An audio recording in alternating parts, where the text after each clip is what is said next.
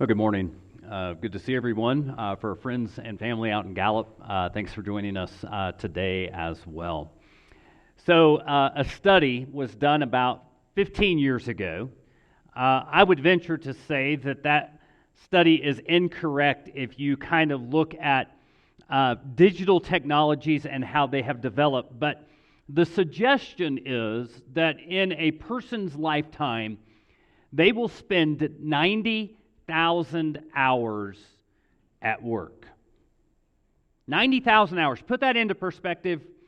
Of your lifetime, you will spend 10 years at the office or work. And so based on that, I'm going to throw something out that you have primary mission fields. We can talk about your family, talk about our neighborhoods that we live in, and we can talk about our workplaces. And so our workplace becomes a huge area of influence into people's lives. And so that's no small thing. Now, with that, here is the challenge. I've been in ministry for 3 decades. And in those 3 decades, I have noticed, as I've walked alongside people, that there are primary stressors or primary areas where people are saying, I'm not getting it right, or there is too much stress in this particular area. So home is one of them, but I will even say I believe that most people find greater stress at work than they do at home. Even when things are kind of rocky at home, sometimes it can be worse at work. In fact, one of the things that oftentimes happens is people are unsettled in their job. They're just trying to find meaning. And like, what am I here for? Sometimes people are dealing with really difficult people. People that you did not choose to include into your life, right? But they're there, and you have to deal with them. And there's that feeling of life is kind of going nowhere. And I may be getting paid well, but this just doesn't feel like it has the purpose and value that I think it should have. Now, you might be there, you might have been there, you might actually be there one day, and I want to let you know that you are not alone. You are not alone. In fact, I can just tell you, there's doesn't come to church anymore, but there was one guy, I could count on it like clockwork, almost every 3 months. He was emailing saying, hey, can I get together with you? And we would spend hours talking about challenges at work. And maybe you've got one of those jobs that has a lot of challenges. But I want to let you know that there is a guy in the Bible. There's a lot of guys in the Bible, but there is one particular guy in the Bible that when we would look at worldly success, he had more worldly success than any other person that we read of in the Bible. When you talk about wealth, he had more wealth than any other person in the Bible. He had wisdom. He had smarts. He would have what we would call it. He had it all. However, he was unsettled. In fact, I would even go as far as to say he was beyond unsettled. He was dealing with an existential crisis like, I can't make meaning of life. I can't put this all together. And in the middle of his big existential crisis, there is an existential crisis that has to do with work and the meaning of work and the value of work and the purpose of work and all of this, trying to figure out, does it make sense at all? So what we're going to do here today is we're going to take a look at Ecclesiastes chapter 2. In Ecclesiastes chapter 2, Solomon is dealing with, let's call it, an existential work crisis. Trying to figure out how to kind of manage this but yet it becomes bigger than even work. So we're going to do something a bit different today. I think sometimes we can kind of land in a couple of verses, but we're going to go through 26 verses today, because I want us to see the big picture, and I want us to see the challenge that kind of comes that he is dealing with. And we're going to get real about a lot of the stuff that goes on in life and even beyond the workplace. And so verses 1 through 3. I said in my heart, come now, I will test you with pleasure, enjoy yourself. But behold, this also was vanity. I said of laughter, it is mad, and of pleasure, what use is it? I searched my heart how to cheer my body with wine, my heart still guiding me with wisdom, and how to lay hold on folly till I might see what was good for the children of man to do under heaven during the few days of their life. Now, don't want to kind of gloss over this, but basically what Solomon is saying is, you know what? I'm at the end of my life, and looking back at my life, it was all like college. I had a lot of fun. And I took hold of pleasure, and I took hold of wine, and I took hold of a little bit of the debauchery that comes with just this existence in life. And at the end, after experiencing all of this, I was empty inside. I realized that it really didn't have any lasting value. And so he's struggling with that. Now, again, this isn't work, but he's looking at life in general. But now we're going to get into the work environment. Notice verses 4 through 6. I made great works. I built houses and planted vineyards for myself. And I made myself gardens and parks and planted in them all kinds of fruit trees. I made myself pools from which to water the forest of growing trees. If you go down again to verses 8 and 9, he says, I gathered for myself silver and gold and the treasure of kings and provinces. I got singers, both men and women, and many concubines, the delight of the children of man. So I became great and surpassed all who were before me in Jerusalem. Also, my wisdom remained with me. So Solomon is looking at his life. He's like, listen, I built things. I planted things. I made Jerusalem greater than it was before me. So he's like, I'm better than my dad, and his dad was David. Okay? And so he's like, I was successful. I was significant. I was powerful. And he's going through all the list of all of his accomplishments and everything that he had done in his lifetime. And he was like, you know, really? Boom, look at me. Look what I have accomplished in life. And so reading on in verses 10 and 11, we find a little bit more. And whatever my eyes desired, I did not keep from them. I kept my heart from no pleasure, for my heart found pleasure in all my toil, and this was my reward for all my toil. So we're getting into deep work sort of stuff.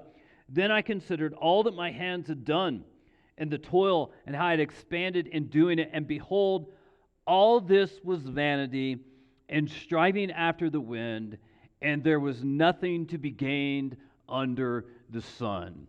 And so he begins with this idea of, listen, I did a lot of good stuff, and I built a lot of things, and I employed a lot of people. In fact, they would say he was Israel's largest employer, right?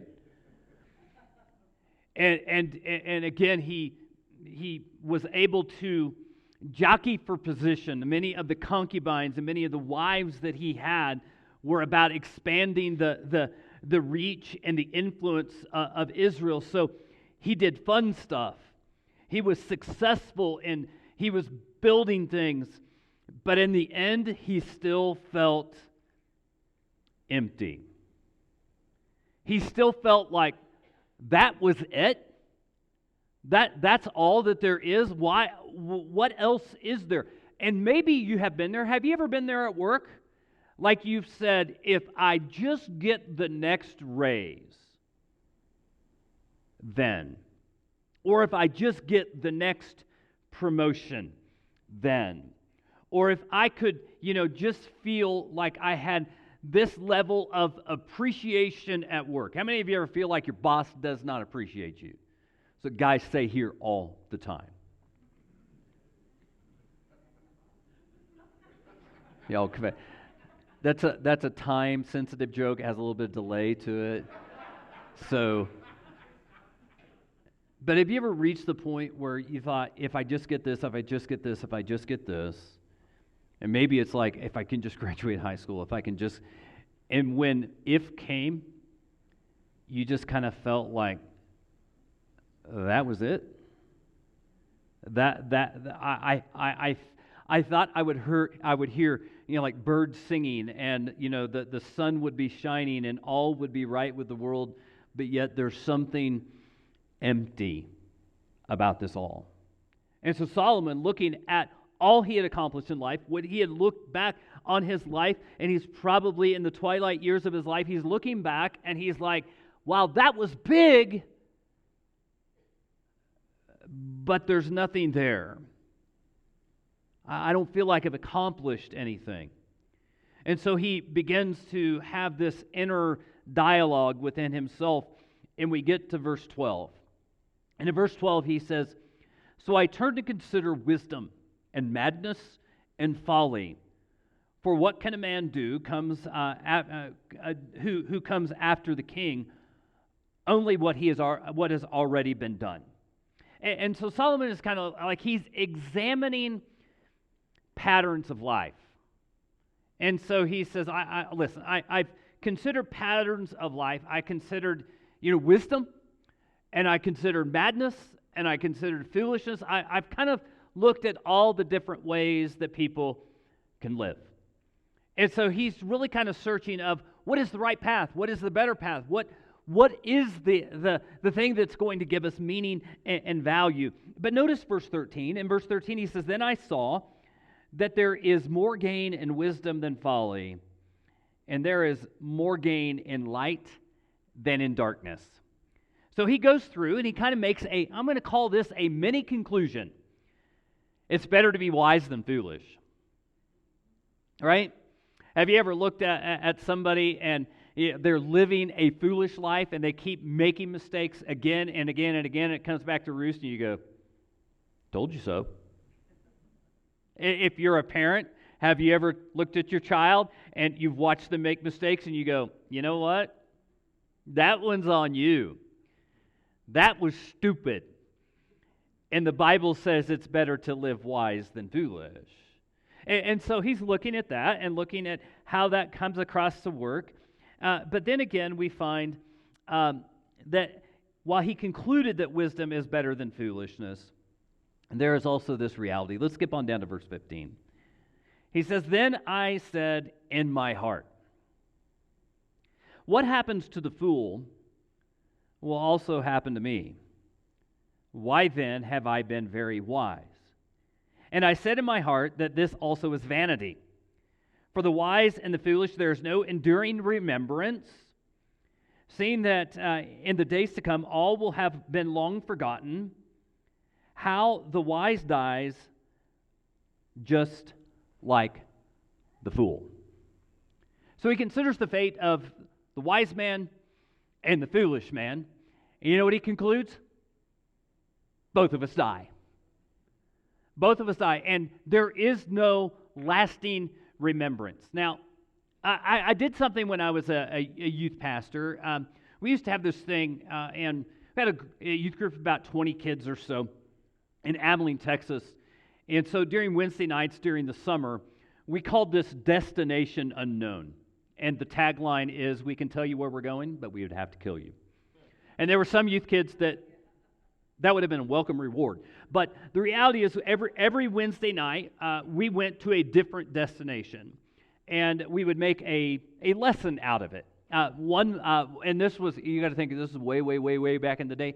We took a youth group of 20 kids into a baby nursery in a hospital, like in the actual nursery, and we talked to labor and delivery nurses and so on like that. We would not be able to do that today by any stretch of the imagination. My mom worked at a hospital, and I said, hey, would you be able to get us into the morgue at the hospital? And so we went to the morgue, and we talked about death. I got complaints about that one. But so if you're a youth minister, don't take kids to the morgue. That's probably a wise thing. But one of the things is we went out and we found an old cemetery, and it was south and west of Abilene where we were in. And like when we talk about an old cemetery, there are people there or there are bodies there and graves there, and people had died in the 1800s. And so we took big pieces of paper out, and we had kids etch headstones. And to think about that these people died in the 1800s, and by 1990-ish, there was no recollection of any of those people there. Now, we think that we want to make our mark in the world, but let's just be honest. Unless we are one of those historical figures that we get our names in history books, 100 years from now, have you ever been there? Have you ever been there, like you've been going through the family pictures? The last time I was home, back seeing my parents, we were going through like old family pictures of, from like the 1930s and so on. And on the back it would say, Uncle such and such and Uncle such and such. And then there's a question mark because nobody knows who this one is right here. That's going to be all of us at some point in time. That there is no lasting memory because we died and we lived here and we were wise or foolish, but we die.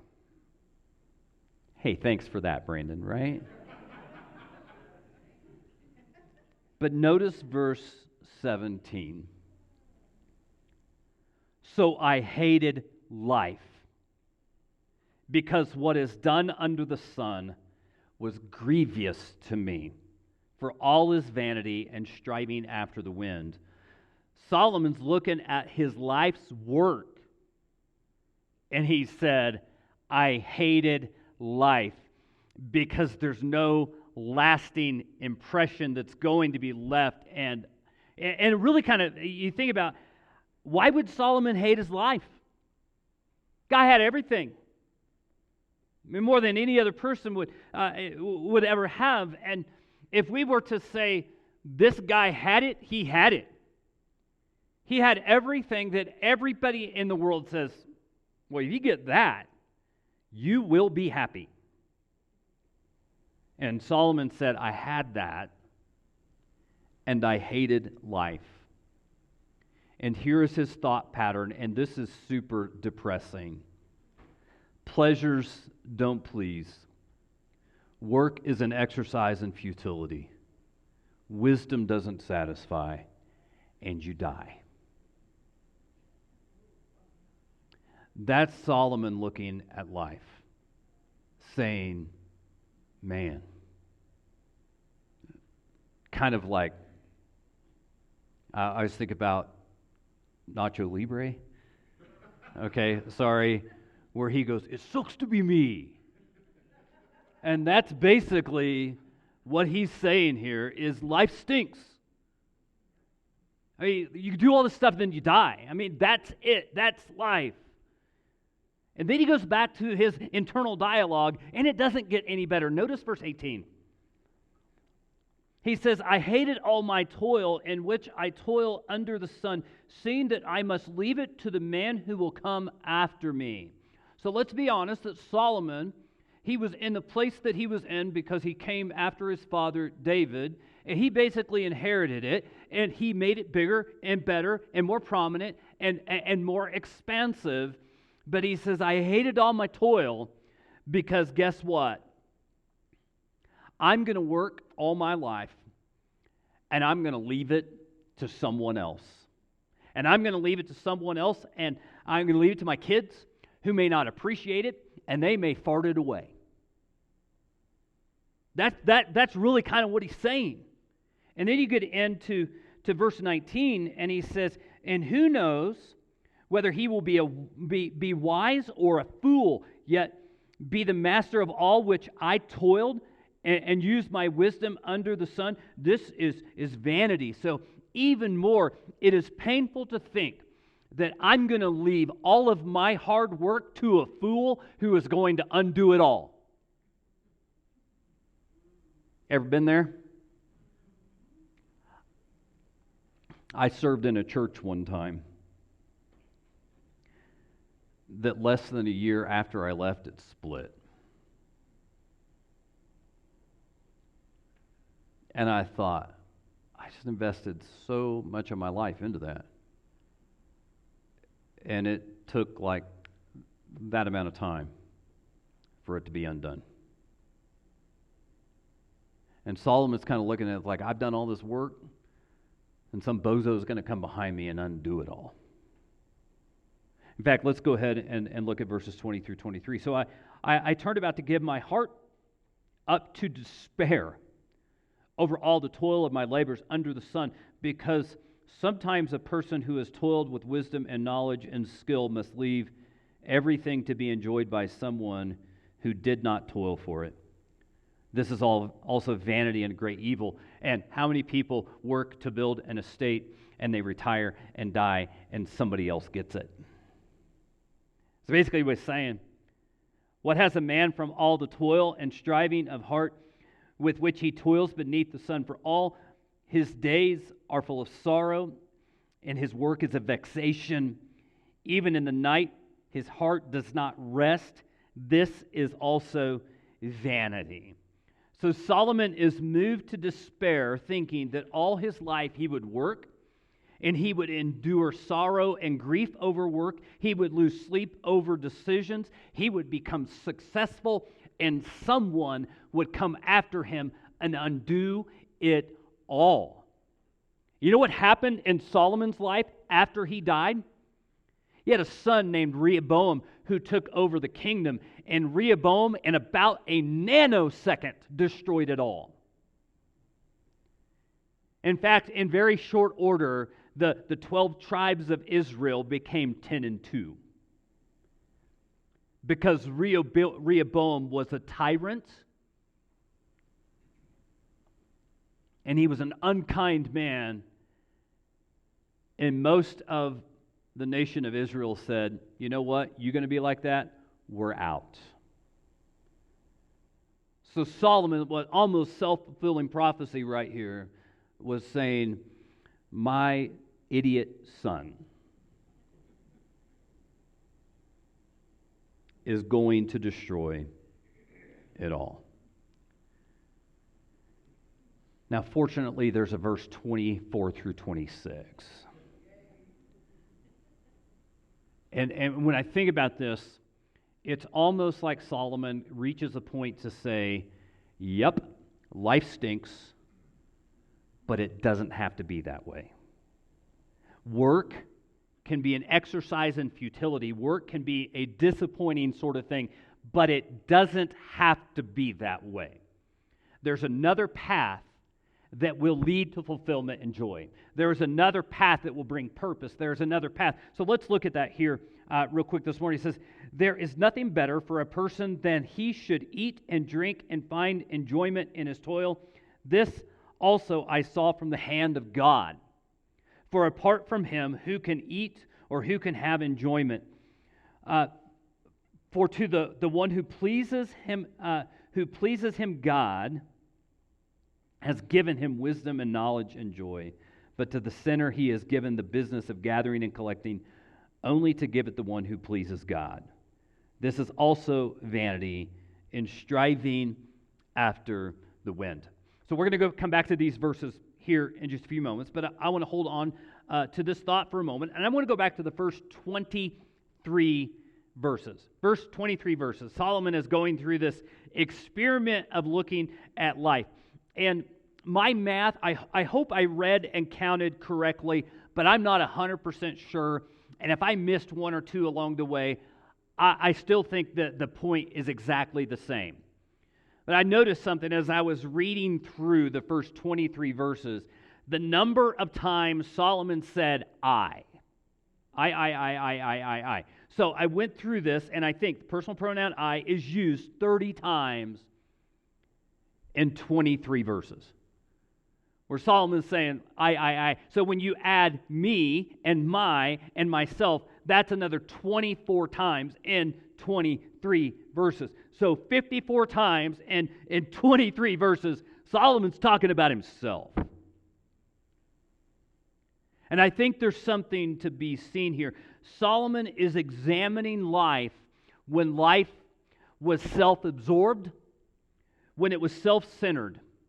And so he is looking at work. We're talking about work here. He is examining what work is like when it is self-absorbed and it's self-centered and it's all about self. And here's his conclusion. A self-centered life and work apart from God is a hopeless end. I'll just say it like this. It's a road to nowhere. It's a bridge. I mean, we've heard that term politically, a bridge to nowhere. It's a ship sailing in the ocean that never reaches port. There is no there. When you have a work that excludes Jesus, it just simply does not satisfy. But go back to verses 24 and 25.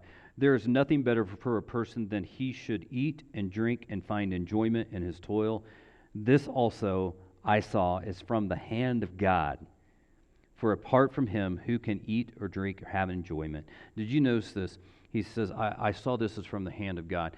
God desires that there is fulfillment and joy and pleasure and purpose in our work. In fact, I'm just going to say Solomon figured this out. True enjoyment and fulfillment are impossible without God. You're not truly going to have that, like at the end of the day, you get home and you can have some supper and just kind of unwind for the evening. You're not going to have that what a good day, apart from God. It's really what it comes down to. And so we're talking about work and job and career here today. And if you are unfulfilled and unsettled in your work, I'm going to say some hard truths here today. May or may not be the case. But if you have a horrible job, it might not be your job.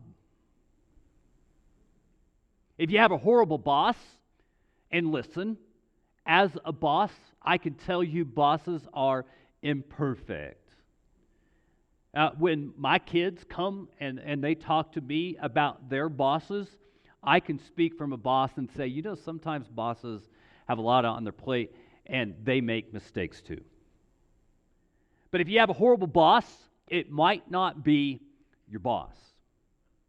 You know what it might be? It might be that you've not allowed Jesus to be involved in your workplace. It might be that you've not looked at life and looked at career and said, I'm not working for,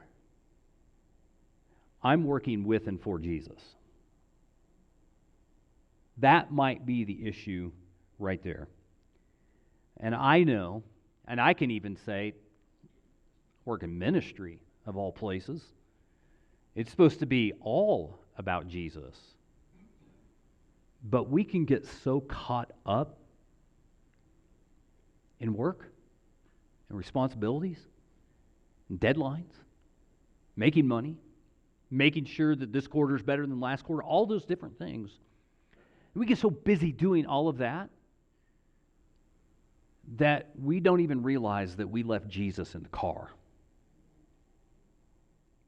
We don't even realize that we left Jesus, Jesus, you hang out here at the smoking section. right? And if I need you, I will bring you in. And that's how we have kind of gone about life. So basically, Solomon concluded that a self-centered, life and work is a hopeless end. But simultaneously, he kind of reaches this point to say a Jesus-centered life and work is an endless hope. That when you put Jesus into the equation, the possibilities are endless. And truly, the possibilities are endless because you never know the influence that you might have when you are truly allowing Jesus to influence your work. You will never know the impact that you might have when the Spirit of Jesus living inside of you gets to dictate how you do work.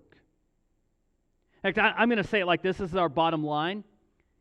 In order for work to work, faith has to go to work. In order for work to work, faith has to go to work. When it comes to work, faith is not something we get to check at the door. Faith is not something we get to leave in the car. It's not something we get to leave at home. It's not something that we get to, I'm going to say this, compartmentalize for Sunday mornings. Let me tell you about Ben Shelley. I love this man. He was a member of our first church, retired, and he had been in sales all his life. In fact, I'll tell you, our oldest son, Ben was a salesman, and he sold like shampoos and different things like that. Part of what he sold was diapers, and so he went into grocery stores and stuff like that. We did not buy a single diaper for the first 18 months of our son's life because Ben provided us with diapers. So cool. So cool. That was a raise in and of itself. You understand that? So I called Ben on the phone, and he would go, Ben Shelley. So he's such a distinguished man. But Ben had left the church for many years. Now, we were in Abilene, Texas. You know anything about Abilene, Texas? 3 colleges in town. Church of Christ College, Baptist College, Methodist College. It's like the churchiest town in the United States of America. And Ben said, I left the church for so many years because I worked with all these people in all facets of business. And here's what I discovered. These men who were pillars in their church communities, it was church on Sunday, business as usual Monday through Friday. Basically, what Ben was saying is people had fallen into the trap of compartmentalizing their faith to where it was Jesus on Sundays. But it was cutthroat and lack of ethics and lack of morals Monday through Saturday. Because, in many ways, they didn't take Jesus to work. And work will only work when we take Jesus to work. So, as we challenge our head, heart, and hands here today, I want to throw this out. I want to say do the math. Now, I will tell you one of the glorious things about being a ministry student, has a degree in the Bible, it was like one math class because that's what the government said. So I stink at math, but I do know that in math, anything in the parentheses, right, gets done first. Okay? So I'm going to put a bunch of stuff in the parentheses, and then we're going to talk about the multiplier here in a moment. So let's talk about 80 plus years of life because you're healthy and life was good. And I'm going to talk about 40 plus years of work. And I'm going to say 40 years of work because you had a good job and you could retire early. You had 8 promotions, 10 commendations for excellent work. You had a fat 401k. And a retirement party at the end. And when I'm talking retirement party, I'm not talking Subway with a cheesy cake at the office before you leave on your last day of work. I'm talking like, you go out to a place with the prime rib and like, the shrimp cocktail and all of that kind of stuff, and they give you a plaque and say, thank you for all your years of service. And when you look at that, all this stuff in parentheses, we would say, wow, that was great. That's a great life. I mean, I can travel, I can do all the stuff that I want to do. Life is good. But if the multiplier at the end is not a Jesus-centered work approach, that's going to be zero. And anything multiplied by zero is what? So let's look at a different picture.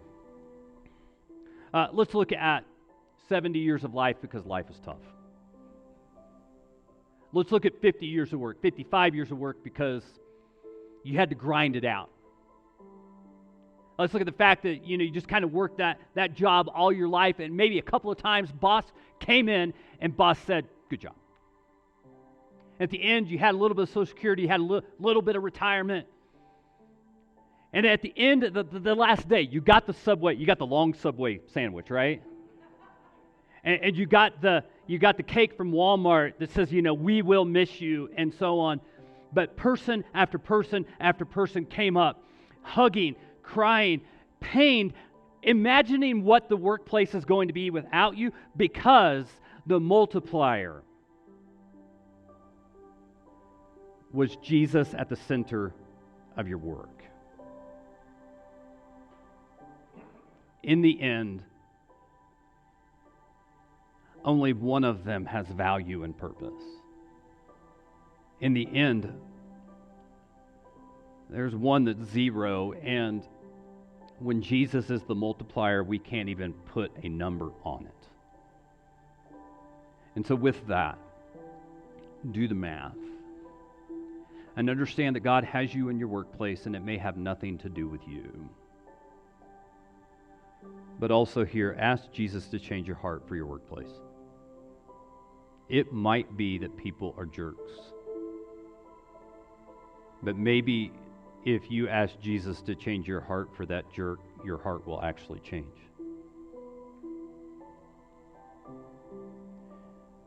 And finally this. I've told this to people time and time and time again. Paul talks about this in Ephesians, talks about this in Colossians. You're not working for your boss, but work as to the Lord. Knowing that you will have to give an account. They won't have to give an account. You don't worry about them. But Jesus will one day say, you know what? Well done, good and faithful servant. Let's pray.